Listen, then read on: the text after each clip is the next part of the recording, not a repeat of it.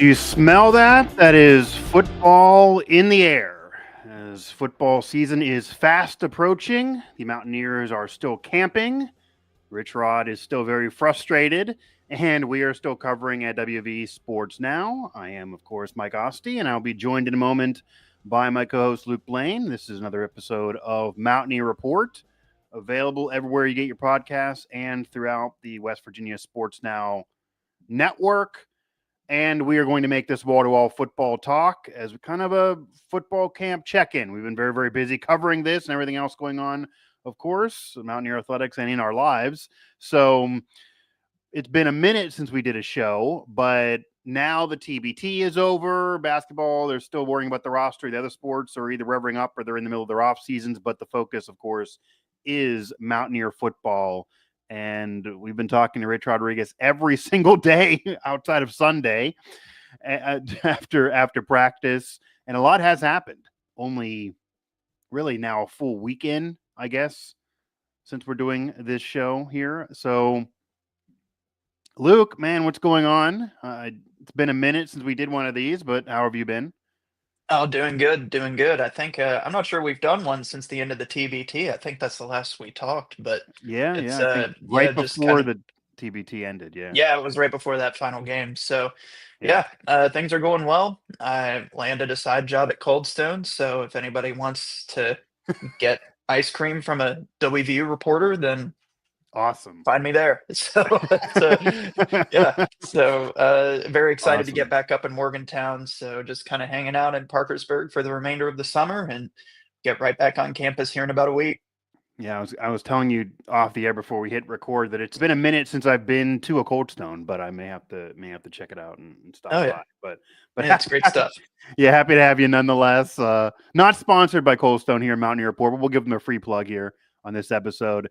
So Rich Rodriguez is frustrated. I guess that's the headline and could be the headline of seemingly every episode. Kind of a roller coaster ride, at least. He was frustrated early on. Well, actually, he was happy the first day. Then he was frustrated. Then it went back to being happy and satisfied, not fully discouraged. Now we're on the heels of seemingly him being frustrated again and calling the team soft and lazy and saying they're watching SpongeBob SquarePants too often. Maybe they're going to get on TikTok. So he's good for the viral comments. He's been covered nationally after every one of these pressers. So this is a little bit of a different world than the Neil Brown tenure, where if it wasn't for a negative comment, he wouldn't really get any publicity. But Rich Rodriguez is getting plenty of it. So just simply before we fully unpack where fall camp is right now, especially with some of these position battles, namely the quarterback battle, what's your thought process on the outlook of the season, this team, your confidence level in this team after now a week into fall camp? Media was only able to see one day of practice, but that was more than we saw all throughout the spring. And what we're hearing from Rich Rodriguez and the other coaches, which has kind of been a roller coaster ride of emotions so far a weekend. Well, I think I'm kind of maintaining my stance that I've really had so far this offseason, where it's just like I'm not sure the future's that bright for this WVU team based on everything we're seeing and hearing from Rich Rod in particular. Now, Rich Rod, I think, has always struck me as a coach that's a little bit hard to please unless you're Yeah. going out there and scoring more points than the opponent.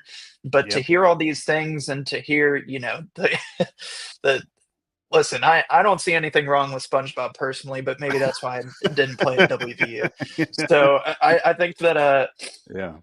but looking at it and thinking about how many loose pieces there still are to this roster. I mean, you had four players who haven't been able to work out with the team, and they just filed a lawsuit for We'll get eligibility there. because of that. Yep. And you Yep. have another transfer, an outside linebacker, who all signs are pointing to him being a part of the squad this year. He has WVU in his bio, so Oregon State linebacker. So you would have to imagine that Yeah. he will. I think Rich Rod hinted at it too. That is Olu Omatosho out of Yeah. Oregon State. So I think that there's some things that still need to be finalized. So I really don't know if looking at it right now, you can truly be pleased with the team because you're not seeing the team as a whole anyway. And so it's kind of hard to, I think, navigate kind of giving them a rating and giving them a confidence level when, but I can also understand Rich Rod's perspective of he's not seeing what he wants to right now, and I'm sure he understands that the team's situation in terms of so many new players and some players who have yet to even see the practice field. Yeah. But I don't know. I've always had my reservations about this year's team, and the comments that have come out recently aren't necessarily swaying me in the other direction. Yeah, Luke Blain, Mike Asti here, Mountaineer Report, WV Sports Now. That's all fair, although Rich Rod, as you mentioned, is that coach that unless he's hoisting a trophy, he's always going to tell you what was not good enough before he tells you what is good enough. As your cat joins us here on the stream. Yeah. Yeah, What's the name of the cat? Tripod. Tripod? Okay. Our three-legged wonder over here in the About Blain to ask household. Tripod's thoughts on this season's team, because really nobody knows. Maybe Tripod could try to guess this and put the pause somewhere and have a prediction. But yeah, Rich Rod is that hard-nosed coach that he's going to try to be difficult. And honestly, sitting there, because I'm right in front of him in those pressers, I think he's intentionally sending a message to the team as well, especially after he talked about how only 2 running backs were able to get through practice, didn't tap out, didn't call the trainer, and I'm maybe going to call my recruiting staff.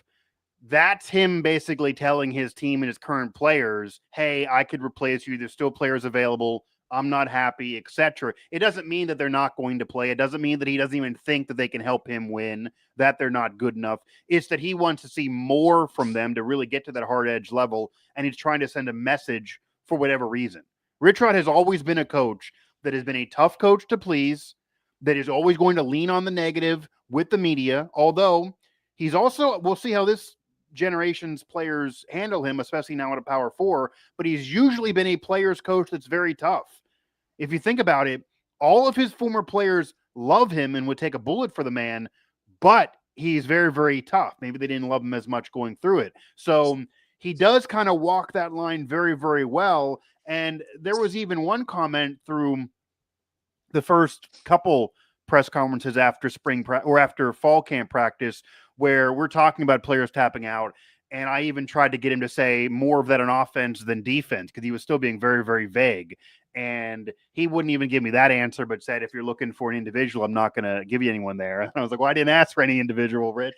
But yeah, like I think he was a little upset with me even trying to like lean one way or the other. But that is him trying to defend his players. Like he wasn't going to give me a name to then write about and try to make that player feel bad and try to make that run amok. So he still does do that, where he protects them in some facet, even though he's very, very tough. So it's hard to say that, I guess simply put, Luke, it's hard to say that while Rich isn't satisfied, that another coach maybe would have been more satisfied. He is very, very tough to please. So I don't know if we can go fully off his comments, but it's very, very hard to predict. And the advantage that he has that, say, Neil Brown did not the last several years, he kind of gets a tune-up game in week 1. He's going to go 1-0. So now week 2 is not a gimme. They're going on the road to Ohio, who was a very good team last year, but they also have a full-on roster turnover, and they're doing the same thing as West Virginia, really, at a lower level. So you would figure the Mountaineers would have more talent and win that game. So he really has almost 2 to 3 weeks going into the backyard brawl, really, and that is a home game. So while this season is very much up in the air, nobody really knows, and year 1 20 years ago was very, very rough. They were 3-8 before he went on his successful run. He can do what Neil Brown could not. Neil Brown always would open up the season saying we're not easing into this. Rich Rodriguez gets to ease into this thing this year. So maybe that's a little bit of an advantage here. You did mention the addition of a transfer player and linebacker, edge rusher, and out of Oregon State. That looks like that's definitely happening, and that's been a rumor for a while. Jamoy Robinson is a edge rusher, a pass rusher, a lineman that was supposed to come aboard that is a Mountaineer, but as you mentioned, can't practice, can't work out with the team. He's one of 4 players that are now suing the NCAA. I saw a judge had to recuse himself because he has a WVU ties, as insane as that sounds. So we don't know where that's going to go, and we need a resolution here in a few weeks for him to get on the field, and he won't have any real practice with Rich Rod. So I wonder if the move to add another edge rusher is because he's not feeling confident in getting Jamoy Robinson, or they want to switch something else out, or they just want more depth. where are you on Rich Rod still tinkering with this roster, and even the fact that there are players still dangling out there that may be part of this team? Because Jamori Robinson, in particular, the other players are mostly depth pieces. He's the player to talk about. In particular, he was one of the better transfer additions of the offseason, and many nationally thought that he'd be an impact player for this year's Mountaineer team. Some even had him as a dark horse, Big 12, sack leader and all of that. Can he do that with Rich Rod without any fall camp and walk on the field and do it? Would he even be allowed to do it? So where are you on the roster movement and what impact these fans should expect from these new players? Because to me, while he might be good enough, that does not really seem like the Rich Rod way to have a player walk on the field without any practice, doesn't know the defense, hasn't really done much as a Mountaineer. He may do it out of desperation. That would be a bit different than how he's handled himself his whole career. Well, I mean, if you think about it, say he gets that midseason eligibility, if the team is having as bad of a season as, I think this season there's a very broad spectrum as to where this season could go.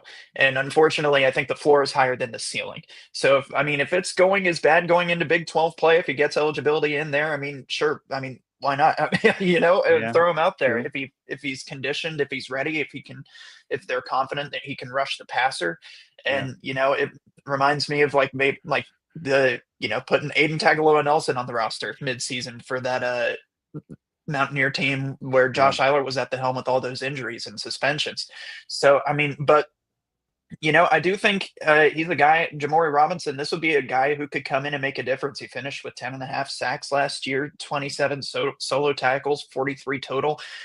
He was a difference maker for UTSA, and he's the type of player that Rich Rod has leaned on a lot in the portal so far, which are guys who make big time plays at the G6 level, FCS level, and going to try to come in and make that work. And, if you're specifically talking about the defensive side of the ball, you're probably going to look more to Zach Alley and how he can utilize him rather than maybe Rich Rod, because Rich Rod is such an offensive minded coach.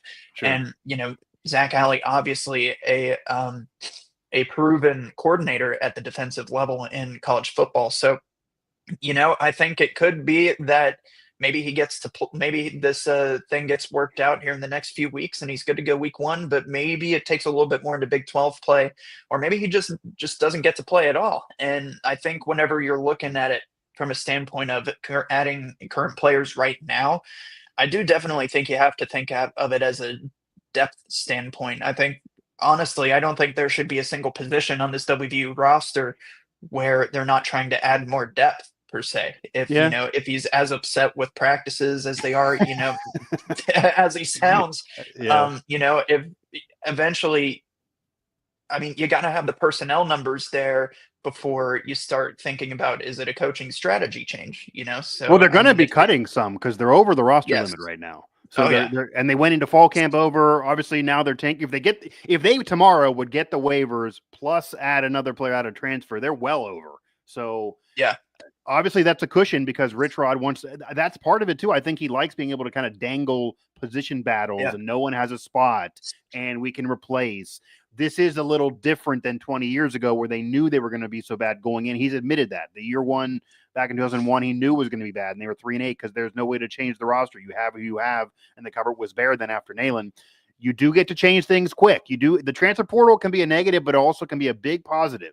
You can make an argument that without the transfer portal, there would be no hope in this year. And the fact that there is some hope is because of the transfer portal. Because there were players that left and he was able to replace them, have players he's familiar with that could help him to teach others and already know the offense or defense when they come aboard. That's a big advantage. That was a big reason why Kurt Signetti had success in year 1 in Indiana. He had a lot of transfers come aboard, but a lot of them were from JMU that knew him already, knew his system already, and they could plug and play. Rich Rod doesn't have as many coming from Jack State, but that's a big reason why Fred Perry and Cam Vaughn are the ones that people think are going to have an impact. They walk in well ahead of the curve over a Rodney Gallagher or anybody who was either here or from somewhere else. And it will be interesting how much playing time the waiver players or any transportation now gets, because people don't want to hear it spun this way. This is not trying to be glass half empty, but this is just reality. As much as fans are going to get excited about getting a transfer addition, certainly at a need position late in the offseason, and it's a player that other schools wanted. So as much as that's going to be a little exciting, there's a reason why we are talking on August 5th and somebody is available in the transfer portal who is healthy. He entered the transfer portal months ago. It's not like he entered yesterday. So it's not to say he's not a good player and cannot have an impact, and they need depth. And if you don't have Jamor Robinson, that certainly will be necessary to add to. And Eddie Vesserinen and others on the D-line, I don't know if I can, rely on them as much as, say, Jamor Robinson would provide, for example. But when you're talking about the Oregon State kid, he's been available this whole time. Yeah, he's a solid player, but his big year was a couple years ago at Wyoming. It's not like his production's been that great at Oregon State, even in terms of his playing time being that plentiful either. So we will see, but there's a reason why players are available. Like it's not a situation where you're going to get the Big 12 Defensive Player of the Year here in the middle of August. That's just very, very unlikely. These are mostly depth pieces, no matter who you think they are or what name they may have, or how exciting it may see a commitment this late. I think Rich Rod would probably prefer to have all the battles solidified, the roster done, and be happy going into fall camp and even going into the summer than to be dealing with this, where he's changing every day. He's even said repeatedly throughout spring, throughout the fall, throughout the offseason, that year one will be the toughest on him and the staff because they don't know a lot and they have to change the roster so much. He's not assuming that he's going to have to add 70 new players in and out every week, every year during this 5-year contract. That's just what's happening here in year one. Yeah, I absolutely agree. And I think, looking at it from the standpoint of trying to get as many bodies in there as possible too, that way throughout the year, because that was the big question I had last year when it came to the defensive struggles and, the secondary. And I asked Neil Brown about it. I was after the pick game because that obviously was not the greatest game for the secondary. So you have to think, you asked, do you think that this is a personnel issue or is this a scheme issue? And I believe, because we saw such a drastic rotation of defensive backs throughout the season, it was absolutely a scheme issue. So I think that there's something to be said for, okay, whenever they have all these players and they're rotating them and putting them in different places, how long does it become? Of course, edge rusher, I think, is a little bit of a different position that way because a lot of times you're either a good edge rusher, you can get to the quarterback, or you can't. And you can get it done without knowing the system, really. If you're athletic enough and can get around a lineman, it's really see quarterback, get to quarterback. I mean, that might be how you're able to play, but it's different in the secondary, sure. Definitely. So I think you kind of have to take it at that, especially in year one where there's so many questions up in the air. But I think I've said this before, they do have the luxury of being in the Big 12, and you could probably get things to click a little bit later than you could in other conferences like the SEC or the Big 10 and still be in contention for Big 12 championship. I mean, on a technical level, WVU was in contention for the Big 12 championship right up until until the last game last year. So, I mean, there was a laundry list of things that needed to happen, but it's true. Yeah, and Rich Rod, as much as he's throwing out big words, national title, conference title, all of that, he did say in more of a exact sense that he would gauge season one as a success if they're in the Big 12 race in November. He did kind of come down to earth a little bit with that. And based on, again, what you're saying, maybe he's trying to get away with that on a technicality because he could very much be in the Big 12 race in November and not really have a great year. It's going to be a wide open conference.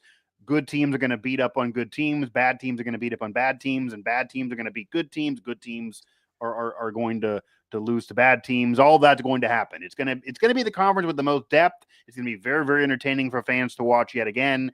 And as much as that's a great marketing chip for the conference, there's also a negative there too, because it's a lot of depth. There's a lot of good teams maybe, but there's not really a great team, which does allow some room for a team like West Virginia that's trying to get back on the rise. That's in a new era, kind of a lot of influx that, hey, maybe the door's open. And nobody thought Arizona State would do it last year. Nobody thought Indiana would be good in year one under Cignetti. There's always those surprise teams. You got to do it through the whole year, though. And I think it's very much in play. They start 3-0 and then, crater out and lose a few in a row. So we'll see here. Luke Blain, Mike Asti here, Mountaineer Report, West Virginia Sports Now, talking fall camp and where this team is right now. Now, Rich Rod is obviously probably going to hate this part of the show, and he's going to answer all of this as, no, nothing's solidified, nothing's locked up. Everyone's position is up in the air. If you even saw one of the press conferences, I actually literally asked the question that way and said, with the exception of Jaheim, and Jaheim's not in a position battle. But I even said to the staff that Rich Rod, if you recall, back in spring, actually openly said that Jaheim was the only one that he would pencil in on top of the depth chart. Everybody else was open. So I was going off his own words, but I think he forgot.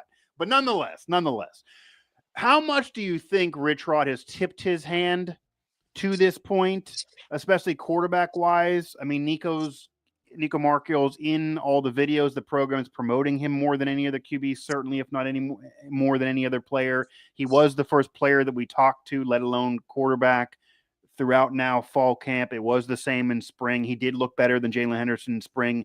And finally, Rich Rodriguez has provided some analysis of the quarterback position where he did say that Nico Marchiol is grasping the offense better than anybody else right now. And I even tried, I did my damnedest to try to give him anything that would lead to any analysis on Jalen Henderson. And he just danced around that thing, and he danced around it so well that he should get a video on TikTok started, because he really waltzed around that thing, and he just went all in a direction of, the quarterback battle is open. Everyone's competing. I think I can win with everybody. And I went, twice. Well, what about Jalen in particular, who I'm asking about? And nothing. So the only thing he's given anybody is a little bit on Nico Marchiol. He is the incumbent. He's undefeated as a starter. He's been good. He's not been great. He was very composed, and he had a great interview when we talked to him the other day. He seems ready. He thinks he's a perfect fit. He thinks he can be a 1,000-yard rusher, which obviously is needed to be successful under Rich Rod in the spread. Do you think Rich Rod's tipped his hand, and kind of where are you on any of these position battles, but namely the quarterback one, because that's what we have the most information on and what people care about the most, obviously. Yeah, well, when he decides to retire one day, I think he has a very bright future ahead of him as a PR coach and professional. He could be an SID somewhere. He could probably be a SID, football SID. But I think to say it's open but then to put Nico out there as the first player that the media gets to talk to, that feels like a little bit of a hand tip there. I don't know, but I'm just thinking back to last year. I can't remember if we saw Nico in any preseason press conferences. Do you know if we did? I can't remember. Off the top of my head, I do not believe so. I think it was just Garrett Green, and that was when Neil Brown was saying it was a competition. But I mean, obviously it was Garrett Green's job, especially after the Mayo Bowl. And even the year earlier, it was kind of a mirage. I mean, that was going to be Garrett Green after he bought his time, kind of like Nico has been now, why people think Nico Marchiol deserves it, because he's been buying his time. That was the same thing Green was in a couple years ago. And then Green was coming back after winning the Mayo Bowl before last year, so he was definitely the starter. So no, it was mostly Garrett Green the last couple of years from what I recall. I do not recall much from Nico Marchiol until after he played, after the brawl, I believe, was maybe that first presser, because he obviously got in for Green and then played and won that game. So we'll see. We have a few more weeks. We will see if we get to talk to Jalen Henderson. That will be a tip of the hand for sure. We already got Nico once. He's the presumed starter, as I put at the bottom of every quarterback update article here last month. I presume him to start, but I'd be interesting to see if we talk to Jalen Henderson at all. Because Rich Rod's not even giving us that it's a two-man race that we all know it is. He's been talking 5 quarterbacks for months. Obviously, he's not playing 5, and it's not a 5-man race. But I'd like to see what we get out of Jalen Henderson, because I think what will be interesting is Nico Marchiol is going to start week 1. It will be interesting, unlike the last several years, if we get more from the backup when everyone's healthy. We saw Nico Marchiol when Garrett Green was hurt or couldn't play, or the game was over, or it was an FCS game. It'll be interesting if we get Jalen Henderson in a package or two in games, even when Nico Marchiol's healthy. Maybe it'll depend on how he's playing. That is what I think is in play that we may see. That I think Rich Rod's been tipping his hand a little bit on that. If you recall him even saying earlier in the offseason that he's not against playing 2 QBs. You can win with 2 QBs. The teams have won national titles with 2 QBs. maybe we'll get a little bit of what Florida did back in the day with Tebow in that first crown, where they just kind of played him a little bit and he was not the starter yet. And then obviously he became the starter and won with him. Do we get a little bit of that? It will depend on how much Jalen Henderson can play and how good he looks in fall camp and what Rich Rod trusts in him, because he was kind of a little rough in the spring. Yeah. I think the ultimate curveball that Rich Rod could throw is just make sure you get every quarterback at the press conference table Right. ahead of the season. Get Scott Keen, Max Brown, Scotty Fox out there, and yeah, let the media Wilkins. have fun. I think that would Yeah. be the ultimate way to kind of bring the hand back in. But I don't Yeah. know. I mean, yeah, you'd have to think that it would be Nico. That's just what I imagine it to be too. I think about the spring game too and how Henderson underperformed a little bit, and Nico didn't have the greatest day either. But looking forward, you'd have to think that Nico would most likely be, especially after today. Or well, was it today that he sent him out there? It was yesterday when I was recording. Okay, yesterday. Yeah. Yeah. All the days I'm getting blend my days together. mixed up. They Yeah, really they do. oh yeah. my gosh, they do.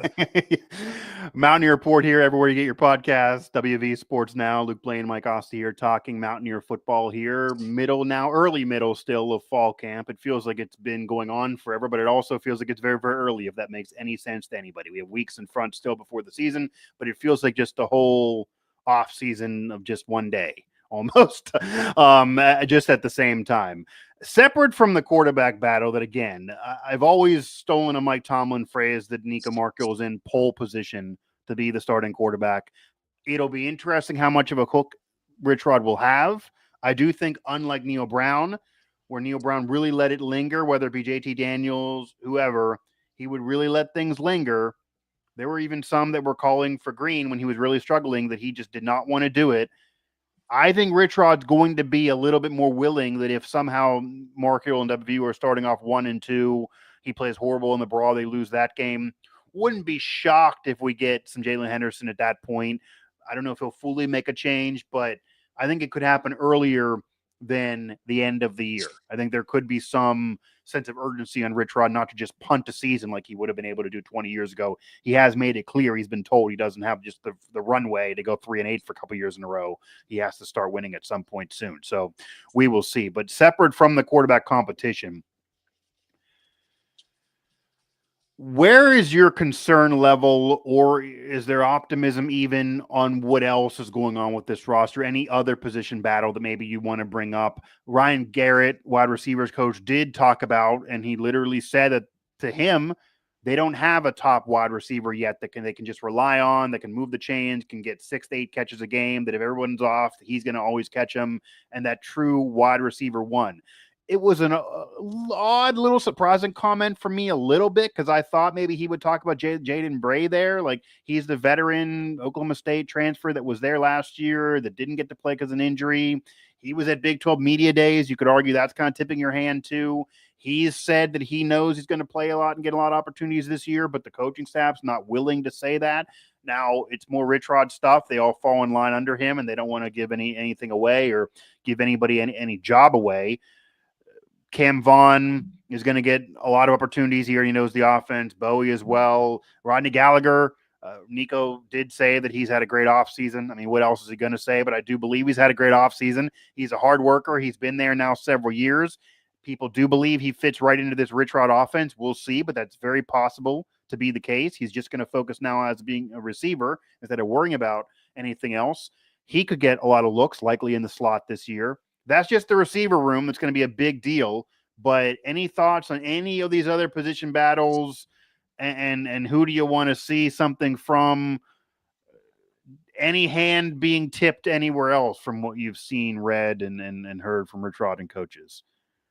Well, I think because of the focus on the quarterback battle, I feel like, Yeah. I think that that's been the main point of contention for media members everywhere. Sure. And of course, everybody wants to know what's going on with the quarterback battle. But I Yeah. think after just such a not great season last year from the defense, I think you can look at just about any defensive position and think, other than, guys like Reed Carrico and Eddie V, who's going to be the one to step up and make plays in the defensive backs? I mean, none of these names look familiar. I'm trying to think of if any of these guys were even on the roster last year, and I can't pick out very Not many. And I DBs, know no. Yeah. what's that? Not DBs, no. No, not DBs. I mean, so, and that's another one where I'm seeing a whole lot of, uh, FCS, G6 players. So those are going to be, I think, one of the biggest positions to look at. How can Zach Alley put them in positions to win games, and how can he utilize these guys on the defensive side of the ball? I think offensive line is going to be a really peculiar one. WVU lost all 5 starters last season. And Yeah. I think, Landon Livingston is probably a safe bet. I think just him being at Big 12 Media Days in general was a good sign for him. So thinking about that, and she keeps getting up and down. You're, But you're good. You're good. yeah, you just see that flash of a tail across the screen. But Anybody listening to this on audio is missing the fun of the cat, unfortunately. yeah, that's true. She Yeah. needs to. She doesn't talk unless she wants food. That's the thing. So she Okay. probably won't be pitching in on the audio level this episode. That's the same thing I can say about my newborn, my 7-week-old as well, Lucy's. Kind of the same thing. Doesn't talk or cry unless she wants food and wants fed here soon. I don't have her next to me right now. I should bring her in and we can have the cat and the baby get. Oh yeah, but, I'm sure they'd enjoy that. Yeah, but yeah, I think that's the defense. There's so much focus on Rich Rod's offense because he is the grandfather of the spread offense. If he's going to go to the College Football Hall of Fame, which now he, potentially has the resume with them lowering the win percentage bar, it's going to be because of the offense. He's an offensive guy. He's the offensive coordinator. There isn't one. It is Rich Rodriguez. If the offense has success, it's him. If it doesn't, he's going to take the blame even over any of his other coaches. But there's a lot of pressure, and I wrote about this months ago. I feel like it went under the radar a little bit, and maybe I got to bring it back and do it again. There's a lot of pressure on Zach Alley in this defense. You could argue more. Because Zach Alley is so young. He's a future head coach in college football. It's definitely going to be an opportunity for him at some point in the future. He may, if this team has a special year and contends for Big 12 title, Zach Alley is probably gone as a head coach after 1 year. He's going to be that attractive candidate, that young up-and-coming coach. He's already been that, going from Jackson State to Oklahoma, and then now back with Rich Rod. So that could be a quick trajectory for him if there's success, if there's improvement, if he has a top 10 defense per se that he talks about a lot, that if we do this, this, and this, get these many turnovers, get 3 turnovers a game, we're in the top 10 here, we're probably winning games, all of that. That's what he's preaching. He's a hard edge defensive coordinator, defensive coach, then he'll probably get a bigger job and he'll be on, or if he's there, great for WVU. But if not, if the defense is really, really bad and there's not turnovers and they're still allowing yards, and it looks like it was last year when the defense really blew the brawl and blew some other games, even though the offense was hit or miss, and Green had a worse year than prior, the defense is what ruined that year and really sunk Brown more than anything. If that's the case again with a new cast of characters that Zach Alley recruited, because he's very much a part of this recruiting process, then that certainly derails his progression in his career. And some of that blame can go on him because they're talking a big game on, and Rich Rod even, this is what Zach Alley's doing. He's very exotic. He's more complex than other D coordinators. You also have to wonder, and sometimes when I hear it, bragging, again, I think Zach Alley is a great coach, and certainly it's a great addition for WVU. But when you hear somebody talk about how complex the defense is or how exotic it is, it does make you sit back and think, is this going to be something that all these players can learn this quick? No one has a position battle, and we're bragging about it being complex. I would think a better recipe when you're trying to cobble a team together and you're in pressure to win now is getting it simple.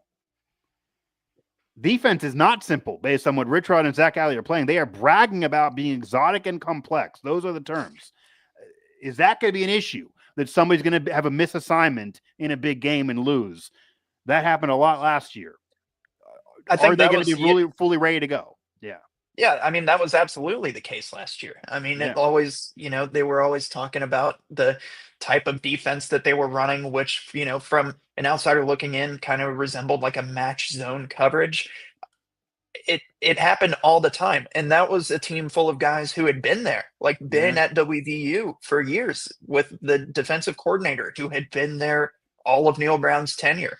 So I don't really know if that's the way to go. But of course, Zach Alley absolutely has earned his way up to Yeah. his status as a defensive coordinator by doing this. I mean, obviously in the SEC last year and prior to that, Oklahoma was a top Big 12 team. But I don't know. You're bringing in guys, like I keep saying, from FCS G6 teams who knows if they've ever tried anything as extravagant as what Zach Alley's trying to do. You just got to think that if you're a WVU fan, you'd kind of hope that they would revert back to going simple instead of doing that if they see those signs of the defense not being able to pick it up early on. Because based on what I've heard, based on voices I have around Yeah. the program, the defensive struggles were not something that was new once the season started, right? So it was Right. definitely something that had remained there during camp and carried on into the season. You got to hope that if it's not working, that this coaching staff can adjust to a level of play that the players are more comfortable with, because you got to put those players in a position to win. And if you're trying to call plays that are outside of their wheelhouse, then it's just not going to work. Yeah, and they may all have it down now, but it's just interesting hearing complex, hearing exotic, middle of fall camp. While the coaches are not satisfied on what they're seeing, maybe there's an issue that it's too complex. There are some impact potential players on this defense. Ruggs is one. Michael Coates Jr. I think could be a very underrated addition for the Mountaineers. He certainly could be a big deal for that secondary. I'll say this: it's going to be hard to be worse than the team was last year, secondary wise. So I Yeah. mean, it shouldn't be worse. Should not be worse, because I mean, they have that that was going for them, really. I mean, yeah, all like you got to do is for the secondary, the bar is really low. It's off the screen. all you So got to do is not go down by like 2 scores to Robert Morris, and you'll be set. I mean, it's like right, I right. can't remember if it was that. No, it was the Duquesne. Duquesne like went up like 10-0 or something like that to Duquesne was start up that game, right? 14-10 at one point, right around Yeah, the weather delay. Duquesne was 14-10 around the weather delay, and the yeah, joke was even that the game was never not going to continue, but what would happen right. if it didn't, etc. Because they didn't play that much. But Duquesne was very, very much. It was 14-10. It might have been West Virginia 14-10, but it was very close early on, right around the weather delay, from Oh what I yeah, recall. But I mean, even Neil Brown took care of business in the FCS games. I'm not really worried about the Robert Morris game, but yeah, the point is valid because they blew a 10-point lead to Pitt on the road, and Pitt got exposed as an average team. They finished 7-6. yep, They lost 6 straight. They weren't that great either. They were beating some teams that weren't good when they were winning all those games. Their big wins are against West Virginia and Cincinnati, two not great teams from the Big 12. So who did they beat all year when they had that 7-win season, and then they parted away? And West Virginia should have won that game. If West Virginia would have won that game, it flip-flopped both years. Maybe the futures of the program are flip-flopped. Maybe Neil Brown is somehow still there. You don't know. And that secondary is why they blew that game. Just ask Neil yep. Brown. He'll tell you. The secondary, it doesn't matter who you are, should not be blowing a 10-point lead with 4 minutes to go, and they just let Eli Holstein do whatever and pick them apart. If they were playing like that all through the game, they would have lost by 40 points. That was really rough. That was just some of the worst coverage I've seen from a secondary at any level Oh yeah, anywhere in those final minutes. So if you avoid that, you're already better than last year. But of course, you need to avoid it and then be way better in order to have a successful year, because the Big 12 has some veteran quarterbacks. They're going to throw the rock around, that can really sling it. They're going to face teams that can score points. They're going to face teams that are going to really try to pass. I'd imagine they're going to test them through the air first, because of what you're saying, that there's question marks all throughout the secondary and defensive back wise, and we'll see. But Fred Perry, Scruggs, Michael Coates Jr., these are some players that could be transfer additions that really could have an impact, that should be part of the success of this team if this team does have success. And a lot more will still happen throughout fall camp. We're still only 1 week in. We might not know the answers to any of these position battles, let alone the quarterback, until kickoff of Robert Morris. He joked that's when we'll know. I imagine we're gonna get a sheet passed to us before the game in the press box, probably of who's the starting quarterback. That's probably where we are right now, and we will see the rest of the team, the other battles here. Luke Blain, Mike Asti here, Mountaineer Report.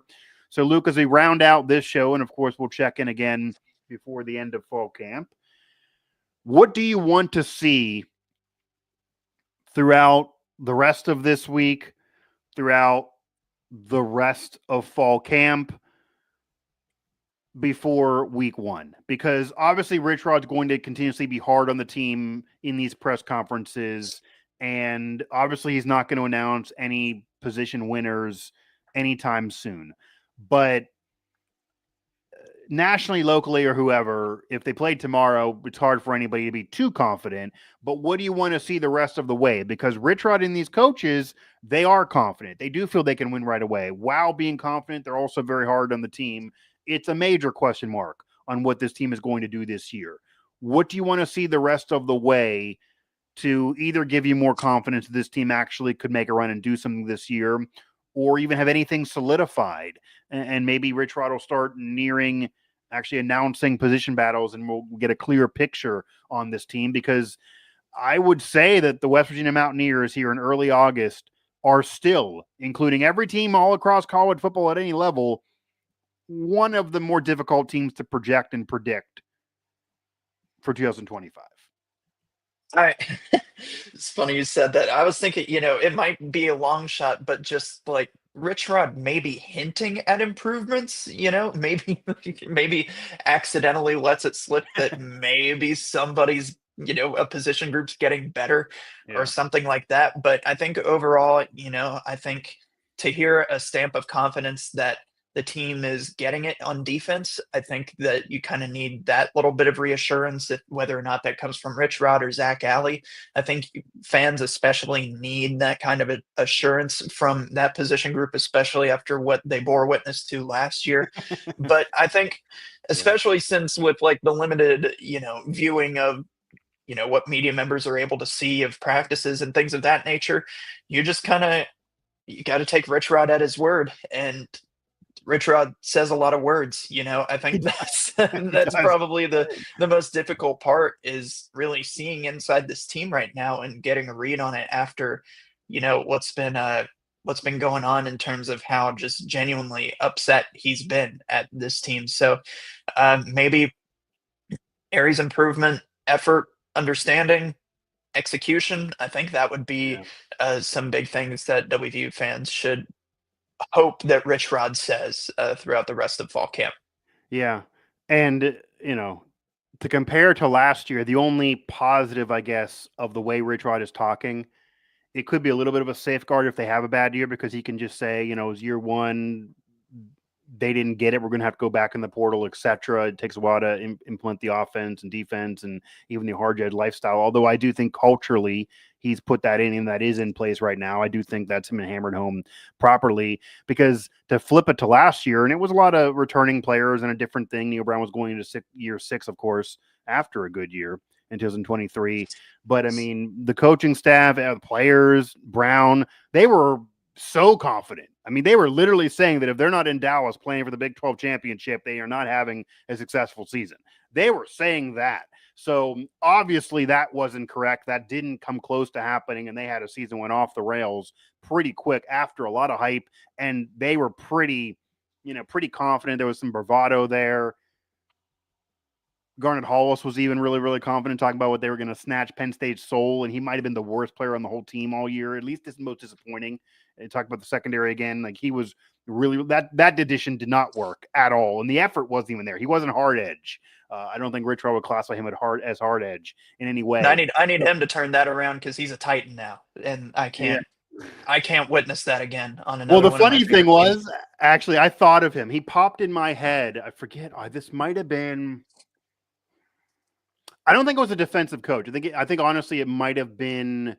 Maybe it was Rod West. Maybe it was the defensive coach. But if not, it might have been Larry Porter. But with the running backs. But I remember a coach talking about how sometimes players can rely on just size alone, and that can give them opportunities beyond college football. But we would rather have players that maybe don't have the size or just natural talent, but fit into fully being hard edge and will fit into what we want to do in our system, and will have success and have that energy and that tenacity. And I thought to myself immediately, I mean, it's not a shot, but it's an accidental shot at Garnet Hollis, because he's in the NFL because of his size. He's 6'2", and his natural ability, but his effort in hard edge was not there at all. So if you can somehow get him to have the effort with his size, he then would have a great career even in the pros. That's why he's in the NFL, because he is 6'2", 200 plus at his position. He can be a solid corner if he would give a damn. Didn't feel like he did last year. So that's a player they want, and it feels like they have that type of player. It's a different type of recruiting than they're doing now. So we will see how that works. But yeah, you're not getting a coach walk in there and say, "Oh, we're going to contend for a Big 12 title," and then all of a sudden be 6-7. That I think annoyed the fans a lot as well.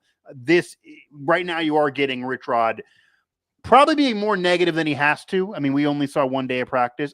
It's not as bad as what Rich Rod says. That's just the case. Fans need to pump the brakes with that.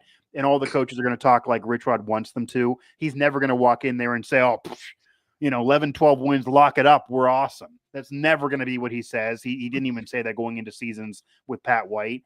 But it'll be interesting how the vibe changes, how his tone changes, what he does say, if he tips his hand anymore, when we get some position battles announced, if we do get any of them before week 1, and just how things look and what is said in these coming weeks for sure, especially if the roster is tinkered with some more, because it it could be. And even it'll be interesting how week 1 and Robert Morris looks. Like if they get a couple score lead, does he then try to go into the backups in week 2 to try to look at them some more? Does he play longer to the starters because it's a new year, a new system, and it's Rich Rod, new era, whereas maybe if he was there 3 or 4 years, he would be able to sit guys? Does he not do that because he wants them to be, further learn the offense or defense after fall camp and depending on, what his thoughts were? But he also admitted that he was very confident with Jacksonville State last year in fall camp. They started 0-3. Now, they won their conference, but they started 0-3. So you just don't know, too. You can have a bad fall camp and win. You can have a good fall camp and lose. Just look at, West Virginia the last few years. So we will see what happens. A lot more will occur, I'm sure, and more storylines will pop up throughout the rest of our coverage of fall camp. Keep it here at West Virginia Sports Now for all of that coverage, and Mountaineer Report everywhere you get your podcasts, Apple, Spotify, TuneIn, Google Play, etc. Also here on YouTube and throughout the West Virginia Sports Now network. All right.